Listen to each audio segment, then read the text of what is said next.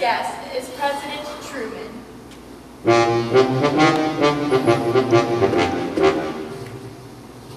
Our second guest is Mr. MacArthur.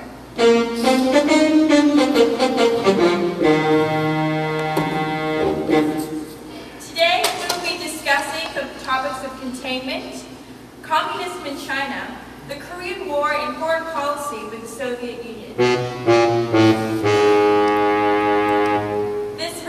This first question is for MacArthur. What do you think of Truman's plan on communism? First off, thank you very much for letting me and inviting me to come here.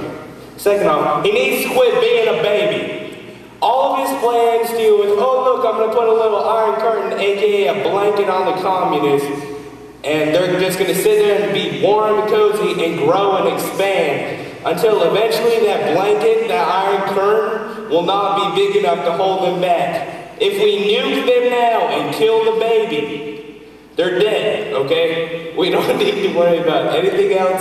Communism, this Cold War, all these wars that we will eventually have to fight will be, like, not have to happen. And you know why? Because we will nuke the communists and we won't have to worry about our boys going and dying. Thank you very much. What do you think, Mr. Truman? Well, as every military commander, you're ignorant to realize that violence is not always the answer. If you had a brain, you would know that any nuclear attack would spawn World War III. Thank you. This next question is for Mr. President Truman. Mr. Truman, what is your view on containment? Well, I am greatly for containment, and I use it to be the guide to my foreign policy. I also think we need to keep up the use of the Iron Curtain and be persistent in our help of other countries that are still democracies. And your views on this, MacArthur? Well, of course, he said it again, that Iron Curtain. All that's going to do is hold them back for a little bit. What's going to happen is what's starting now with the Korean War, and they're going to expand the other way, and they're already closer to us than they were with our little Iron Curtain. It's cutting off the wrong side, you see. It cuts off Europe. We need to go and nuke them, because right now, the Korean War that I had to fight in and was the leader of, we had to fight against China, okay? We just need to nuke China. After we nuke China, the Soviet Union will be too scared to do anything. So our main mission right now, nuke China equals take out communism. Thank you. Well, I'm sure Mr. Truman would like to comment. Okay. If we nuke a communist country, they will nuke us back. That will cause the end of the world. And by the way, you said you commanded the war? I'm the President, Commander-in-Chief. Thank you. Yeah, you sat in office while I had to be out there and take our forces and put them in the right place.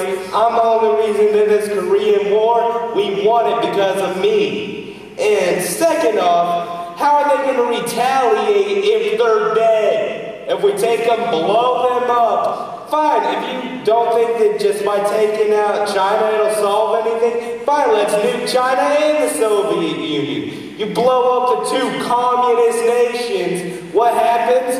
Bye-bye communism, everybody's dead, no retaliation, they're dead. Bye-bye communism, everybody's dead, including us.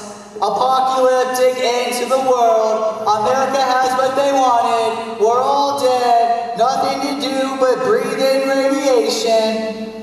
No.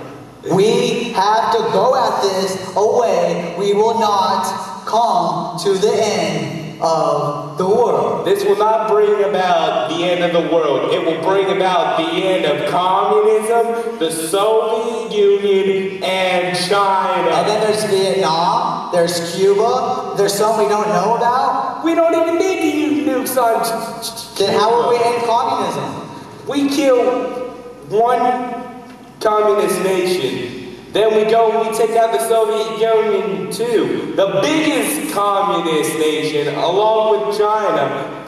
Who's going to stop us? Nobody. If we dropped a nuke on Cuba, that would be the dumbest thing in the world. One nuke could take out 50 Cubas. Why would we drop a nuke on Cuba? The same reason apparently we dropped one on the Soviet Union, to end communism. Oh, and the end of the world. There's no way around this. Let's just end the debate now. We cannot nuke communist nations. If you're so right, then why did 69% of the population agree with me?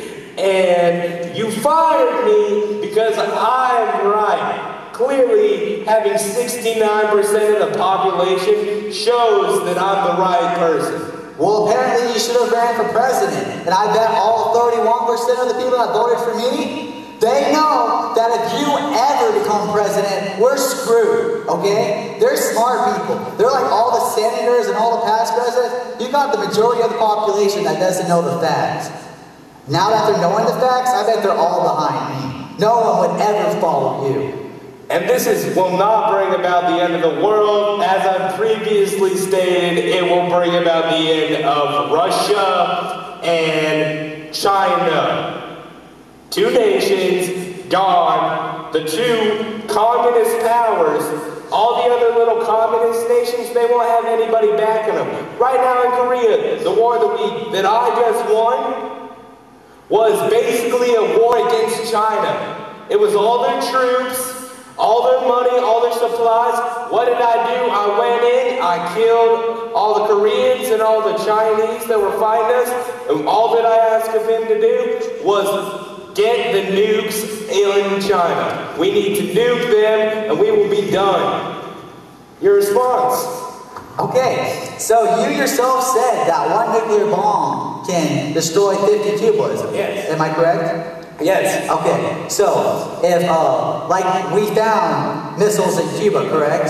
Yes. So if we destroy the Soviet Union and China, only two of possibly countless communist nations in the world, on this earth, then one communist missile in Cuba could destroy us. And I bet they have more than one. No say, Presidente. That means charge and kill the communists. I think I've proven that I won this debate. Back to the moderator. Wow, very powerful words. I regret to say that we're out of time, but live from Dade City, Florida, this is Saturday Night